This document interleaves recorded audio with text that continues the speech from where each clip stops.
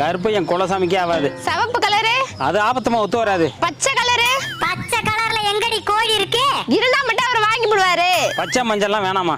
பாத்தியாடா, என்ன கலர் தாங்க வேணும்? கலரே இல்லாத ஒரு கோழி வேணும். ஓனரே, இங்க ஒரு கஷ்டமான மோர் வந்திருக்கு. கஸ்டமரா? ஆமாண்டா, வாடா. என்னென்ன வேணும் உங்களுக்கு? அவருக்கு கலரே இல்லாத கோழி வேணுமா? இருக்குண்ணா, வாங்கிக்கலாம்.